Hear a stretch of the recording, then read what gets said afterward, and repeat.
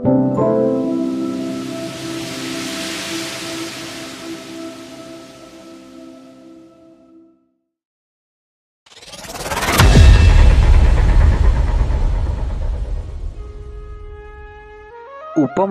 ଜୀବନ କାହାଣୀ ବାୟୁଦେବୀଙ୍କ ଦ୍ୱାରା ଲିଖିତ ଶିବ ମହାପୁରାଣରୁ ଶୁଣାଯାଏ।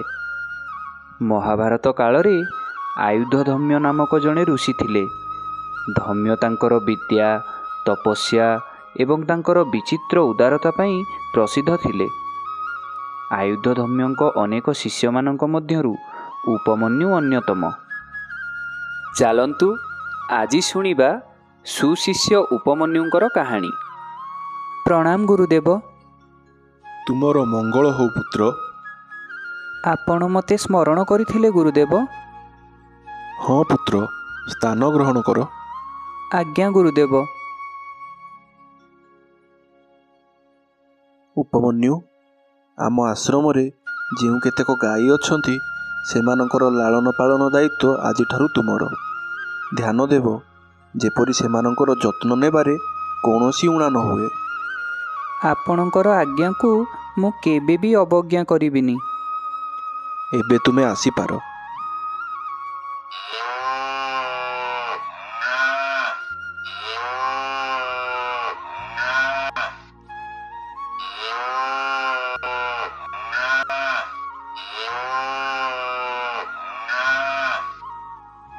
କ୍ଷୁଧାରେ ମୋ ପେଟ ଚଳିଲାଣି।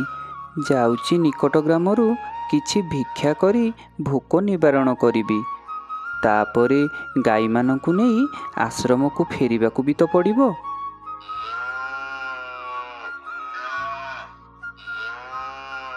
ପୁତ୍ର ଉପମନ୍ୟୁ, ତୁମେ ଗାଈମାନଙ୍କର ଉପଯୁକ୍ତ ଯତ୍ନ ନେଉଛ ତ? ଆଜ୍ଞା ଗୁରୁଦେବ। ତୁମେ ଗାଈ ଚରାଇବା ସହିତ ଅନ୍ୟ କେଉଁ ବୃତ୍ତି ଆପଣାଉଛ ଯଦ୍ୱାରା ତୁମେ ଏତେ ହୃଷ୍ଟପୃଷ୍ଟ ଦେଖାଯାଉଛ? ମୁଁ ବନରେ ଗାଈମାନଙ୍କୁ ଚରିବାକୁ ଛାଡ଼ିଦେଇ ନିକଟ ଗ୍ରାମକୁ ଭିକ୍ଷା କରିବାକୁ ଚାଲିଯାଏ। ଆଉ ସେଥିରୁ ଯାହା ମିଳେ ସେସବୁକୁ ଖାଇଦିଏ। ପୁତ୍ର, ତୁମେ ଆଶ୍ରମର ନିୟମ ବିରୁଦ୍ଧ କାର୍ଯ୍ୟ କରୁଛ। ଆଶ୍ରମର ଅନ୍ତେବାସୀ ହୋଇଥିବା ହେତୁ ତୁମ ଭିକ୍ଷା ଉପରେ ପ୍ରଥମ ଅଧିକାର ଆଶ୍ରମର ହିଁ ଅଛି। ମୋତେ କ୍ଷମା କରିଦିଅନ୍ତୁ ଗୁରୁଦେବ। ଆଜିଠାରୁ ତୁମେ ମୋତେ ନ ଜଣାଇ କୌଣସି ଭିକ୍ଷାନ୍ନ ଗ୍ରହଣ କରିବ ନାହିଁ। ଏହା ତୁମ ପାଇଁ ମୋର ନିର୍ଦ୍ଦେଶ। ଆଜ୍ଞା ଗୁରୁଦେବ।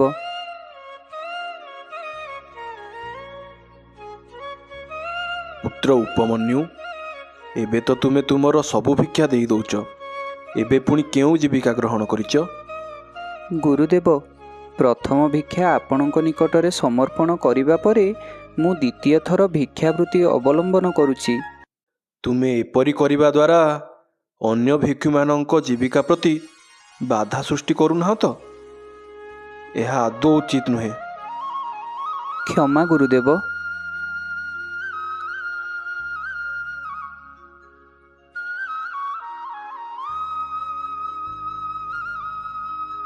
ପୁତ୍ର, ମୁଁ ତ ତୁମର ସବୁ ଭିକ୍ଷା ଅନ୍ନ ନେଇଗଲି। ତଥାପି ତୁମେ ଆଗ ପରି ହୃଷ୍ଟପୃଷ୍ଟ ଦେଖାଯାଉଛ। ତେବେ କିପରି ଜୀବନ ନିର୍ବାହ କରୁଛ? ଗୁରୁଦେବ, ମୁଁ ଏବେ ଗାଈମାନଙ୍କ କ୍ଷୀରରେ ଜୀବିକା ନିର୍ବାହ କରୁଛି। କିନ୍ତୁ ଏପରି କରିବା ପାଇଁ ମୁଁ ତ ତୁମକୁ ଅନୁମତି ଦେଇନାହିଁ। ଏହା ଅଧର୍ମ ଅଟେ। ଆଗକୁ ମୁଁ ଏପରି କରିବି ନାହିଁ ଗୁରୁଦେବ। ଗୁରୁଦେବ, ଆପଣ ମୋତେ ଡକାଇ ପଠାଇଲେ? ଉପମନ୍ୟୁ, ମୁଁ ତୁମକୁ ଭିକ୍ଷାବୃତ୍ତି ଏବଂ ଗାଈମାନଙ୍କର କ୍ଷୀର ପିଇବାରୁ ନିବୃତ୍ତ କରିଛି। ତେବେ ଏବେ ତୁମେ ଜୀବିକା କିପରି ନିର୍ବାହନ କରୁଛ ଯଦ୍ୱାରା ତୁମେ ଏତେ ସୁସ୍ଥ ସବଳ ଦେଖାଯାଉଛ?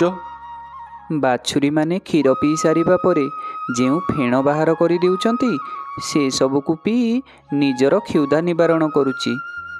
ବତ୍ସ, ହୁଏତ ବାଛୁରୀମାନେ ତୁମ ଉପରେ ଦୟା ଦେଖାଇ ଏପରି କରୁଥାଇ ପାରନ୍ତି। ଏହା ତାଙ୍କ ଜୀବନରେ ବାଧା ସୃଷ୍ଟି କରୁଥିବ ନିଶ୍ଚୟ। ତେଣୁ ତୁମେ ଏପରି କରିବା ଅନୁଚିତ। ଯାହା ଆପଣଙ୍କ ଆଜ୍ଞା ଗୁରୁଦେବ। ବହୁତ ଭୋକ ଲାଗୁଛି। 4 ଦିନ ହେଲା କିଛି ଖାଇନାହିଁ। ଲାଗୁଛି ଭୋକରେ ଜୀବନଟା ଚାଲିଯିବ। ଏଇଟା ବୋଧେ ଅରଖ ଗଛ, ଏହାର ପତ୍ରରେ କ୍ଷୀର ଥାଏ। ଯାଉଛି କିଛି ଅରଖ ପତ୍ର କ୍ଷୀର ଖାଇ ଭୋକ ମେଣ୍ଟାଇ ଦିଏ। ଗାଈମାନେ କେଉଁଆଡ଼େ ଚାଲିଗଲେ? ମୋତେ କ'ଣ ସବୁ ଝାପ୍ସା ଝାପ୍ସା ଦେଖାଯାଉଛି? ସନ୍ଧ୍ୟା ହୋଇ ରାତ୍ର ଆଗମନ ପ୍ରାୟ କି? ନା ନା, ହେ ଭଗବାନ, ମୋତେ କିଛି ବି ଦେଖାଯାଉନି। କ'ଣ ହେଇଛି ମୋ ଆଖିକି? ଗାଈମାନଙ୍କ କଥା ପଚାରିଲେ ଗୁରୁଦେବଙ୍କୁ ମୁଁ କି ଉତ୍ତର ଦେବି?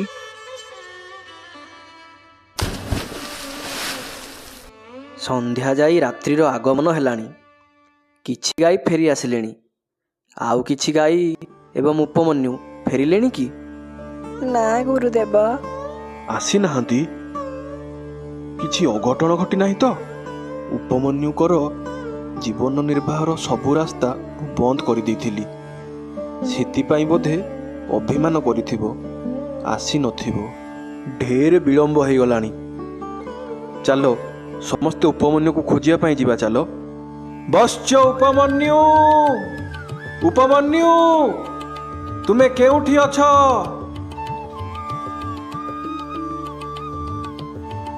ଗୁରୁଦେବ, କିଛି ଗୋମାତା ସେପଟେ ଦେଖାଯାଉଛନ୍ତି। ପାଖକୁ ଚାଲ ତ, ମିଳିଯାଇପାରନ୍ତି। ବଶ୍ଚ ଉପମନ୍ୟୁ! ଉପମନ୍ୟୁ, ତୁମେ କେଉଁଠି ଅଛ ପୁତ୍ର? ଉତ୍ତର ଦିଅ। ଗୁରୁଦେବ, ଗୁରୁଦେବ, ମୁଁ ଏଇଠି ଏ କୂଅରେ ପଡ଼ିଯାଇଛି। ଆରେ, ଇଏ ତ ଉପମନ୍ୟୁଙ୍କର ସ୍ୱର। ସେ ଦିଗକୁ ଚାଲ ତ। ଉପମନ୍ୟୁ! ବଶ୍ଚ ଉପମନ୍ୟୁ, ତୁମେ କେଉଁଠି? ଗୁରୁଦେବ, ମୁଁ ଏଠି ଏକ କୂଅରେ। ଆରେ, ଇଏ ତ ଉପମନ୍ୟୁଙ୍କର ସ୍ୱର। ଗୁରୁଦେବ, ଉପମନ୍ୟୁ ଏଇ କୂଅ ଭିତରେ ପଡ଼ି ଯାଇଛନ୍ତି। ଶୀଘ୍ର ଆସନ୍ତୁ ଗୁରୁଦେବ। ପୁତ୍ର, ତୁମେ ଏ କୂଅ ଭିତରେ ପଡ଼ିଲ କିପରି? ଗୁରୁଦେବ, ମୋତେ କିଛି ଦେଖାଯାଉନାହିଁ। ବୋଧହୁଏ ମୋର ଦୃଷ୍ଟିଶକ୍ତି ଚାଲିଯାଇଛି।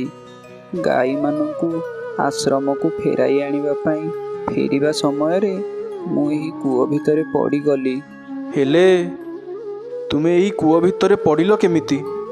ଗୁରୁଦେବ, ଭୋକ ବିକଳରେ ମୁଁ ଅରଖ ଗଛର ପତ୍ର ଖାଇ ଦେଇଛି, ଯାହାପରେ ମୁଁ ଦୃଷ୍ଟିଶକ୍ତି ହରେଇ ବସିଛି। ଉପମନ୍ୟୁ, ତୁମେ ଦେବବୈଦ୍ୟ ଅଶ୍ୱିନୀ କୁମାରଙ୍କୁ ପ୍ରାର୍ଥନା କର। ସେମାନେ ତୁମକୁ ତୁମର ଦୃଷ୍ଟିଶକ୍ତି ଫେରାଇ ଦେବେ। ହେ ଦେବ, ଆପଣ ଦୁଇ ଜଣଙ୍କୁ ପ୍ରାର୍ଥନା କରିବାର ସାମର୍ଥ୍ୟ ମୋର ନାହିଁ। ମୁଁ ଆପଣଙ୍କ ନିକଟରେ ଶରଣାଗତ ହେଉଛି। ଦୟାପୂର୍ବକ ମୋର ଦୃଷ୍ଟିଶକ୍ତି ଫେରାଇ ଦିଅନ୍ତୁ। ବଶ୍ଚ ଉପମନ୍ୟୁ, ଆମ୍ଭେ ଦୁହେଁ ତୁମ ଉପରେ ଅତ୍ୟନ୍ତ ସନ୍ତୁଷ୍ଟ। ଏବେ ତୁମେ ଏହି ପିଠାଟିକୁ ଖାଇଦିଅ। କିନ୍ତୁ ମୁଁ ମୋ ଗୁରୁଙ୍କୁ ନ ପଚାରି ଏହି ପିଠାକୁ ଖାଇପାରିବି ନାହିଁ। ଆମ୍ଭ ଦୁହିଁଙ୍କୁ ତୁମ ଗୁରୁଦେବ ତାଙ୍କ ଗୁରୁଙ୍କୁ ନ ଜଣାଇ ଏହି ପିଠାଟିକୁ ଦେଇଛନ୍ତି। ତେଣୁ ତୁମେ ମଧ୍ୟ ତୁମ ଗୁରୁଙ୍କୁ ନ ଜଣାଇ ଏହି ପିଠାଟିକୁ ଗ୍ରହଣ କର। କିନ୍ତୁ ଦେବ, ମୋ ପାଇଁ ଏହା ନୀତି ବିରୁଦ୍ଧ। ଧନ୍ୟ ଧନ୍ୟ ତୁମେ, ଆଉ ଧନ୍ୟ ତୁମ ଗୁରୁ ଭକ୍ତି ଉପମନ୍ୟୁ। ଆମ୍ଭେ ତୁମ ଗୁରୁ ଭକ୍ତିରେ ଅତ୍ୟନ୍ତ ପ୍ରସନ୍ନ। ଆମେ ଆଶୀର୍ବାଦ କରୁଛୁ, ତୁମେ ଚକ୍ଷୁସ୍ନାନ ହୁଅ। ହଁ ଦେବ, ମୁଁ ଏବେ ସବୁ ଦେଖିପାରୁଛି। ମୋର ପ୍ରଣାମ ଗ୍ରହଣ କରନ୍ତୁ। ପ୍ରଣାମ ଗୁରୁଦେବ। ପୁତ୍ର ଉପମନ୍ୟୁ, ତୁମ ଅନାବିଳ ଗୁରୁଭକ୍ତିରେ ମୁଁ ଅତ୍ୟନ୍ତ ପ୍ରସନ୍ନ।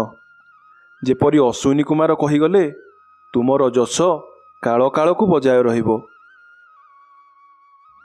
ହ୍ୟାଲୋ ସାଙ୍ଗମାନେ, ଆଶା କରୁଛୁ ଆପଣମାନେ ଆମ ଗପସବୁକୁ ନିଶ୍ଚୟ ଦେଖୁଥିବେ। ଯଦି ଆପଣମାନଙ୍କୁ ଆମ ଗପସବୁ ଭଲ ଲାଗୁଛି ତେବେ ଏହାକୁ ଲାଇକ୍ କରନ୍ତୁ, ଆଉ ଆମ ଚ୍ୟାନେଲକୁ ସବସ୍କ୍ରାଇବ୍ କରି ବେଲ୍ ଆଇକନ୍ଟିକୁ ଦବାଇ ଦିଅନ୍ତୁ।